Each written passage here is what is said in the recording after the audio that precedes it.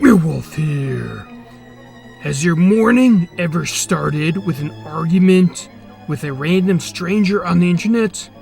Look, one thing I'm guilty of, and I'm sure I'm not alone, is that in any given week, I probably have interacted with more total strangers in the comment sections online than with family, relatives, friends, people I haven't talked to in a while that are part of my own life, in real life.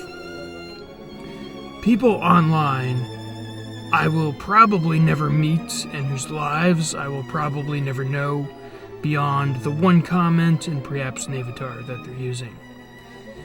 And of course, there are always those guys on the internet bragging about how they're in monk mode, yet they're supposedly cut off from all connections to the world to deeply focus on something, yet they have all this time to argue with random strangers on the internet. Well, is that really monk mode? Are you really a monk? You know, I've noticed in general in a lot of these kinds of videos, like the Red Pill, the Manosphere, some self-improvement stuff, there's a really push that being antisocial is cool these days. Like, I see these videos like, why you shouldn't talk to your coworkers. I've made friends with coworkers. I can see in some situations it would be a good idea, but why can't you do less is more? Like maybe just talk about sports, music, movies, things you like. You don't have to tell like all of their personal details, you know? Why can't there be a balance? Anyway, I see a lot of videos talking about the male loneliness epidemic, and that's what I wanted to talk about, but I think these things extend to just loneliness in general for anyone in the era of social media. So, the Manosphere videos. I see very few of these videos offer any kind of ideas on how to overcome this, and I really think that we can turn things around if we are willing to, despite all the obstacles of modern social alienation. I have a few ideas, which I'll get to later in this video. First, let's look at the reasons for this. Perhaps it's situational. Maybe you live in the middle of nowhere, or work on, say, an Arctic research base, or all of the third places in your town went out of business, and there's no place to go to meet people and hang out.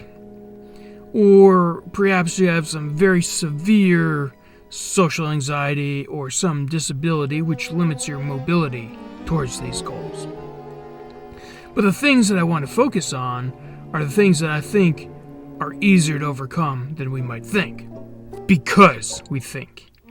You know, if you're watching these doomer, red pill, black pill videos every day, particularly the influencers of the doomer persuasion, I find everything that they complain of, while it does have a strong presence in our real world, is still highly exaggerated, and the good things, the things that are contrary to the problems that they complain of, are completely disregarded in these videos.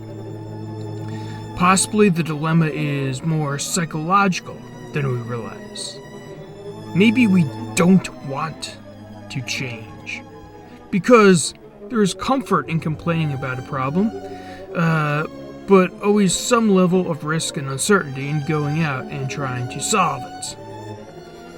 And whether consciously or unconsciously, these influencers who complain about these problems, maybe they don't want things to improve, because they will have to step up their game to something new to talk about. They will undoubtedly lose some of their view count, as their audience will be spending more time in the real world and less time online watching their content. Perhaps it's that syndrome where the victim forms a bond with the victimizer. You know, Helsinki syndrome. I'll give these influencers the benefit of the doubt. Perhaps they haven't looked within and considered this.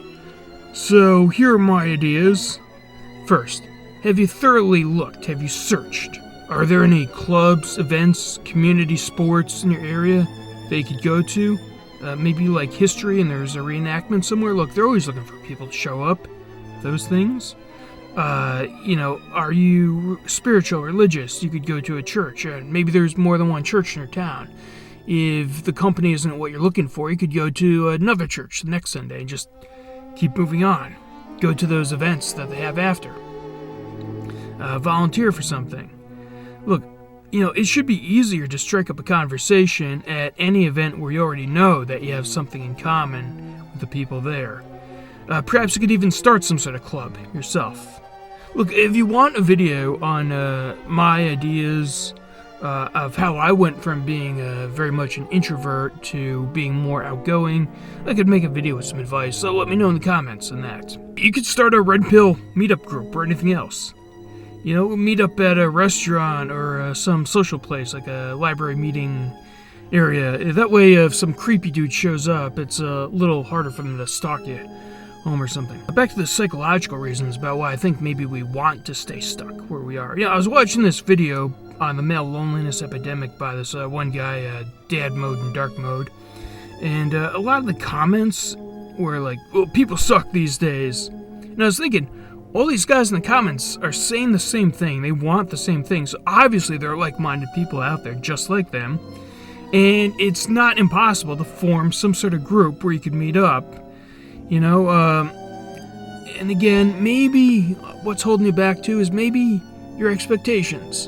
I don't know how other people think, but there are people in my life where I like them in moderate doses. I don't see eye to eye with them. We don't always click and everything. Anyway, I'd like to hear your thoughts, your ideas, your reflections in the comments. Thank you for watching. Until next time, life, liberty, and the pursuit of all.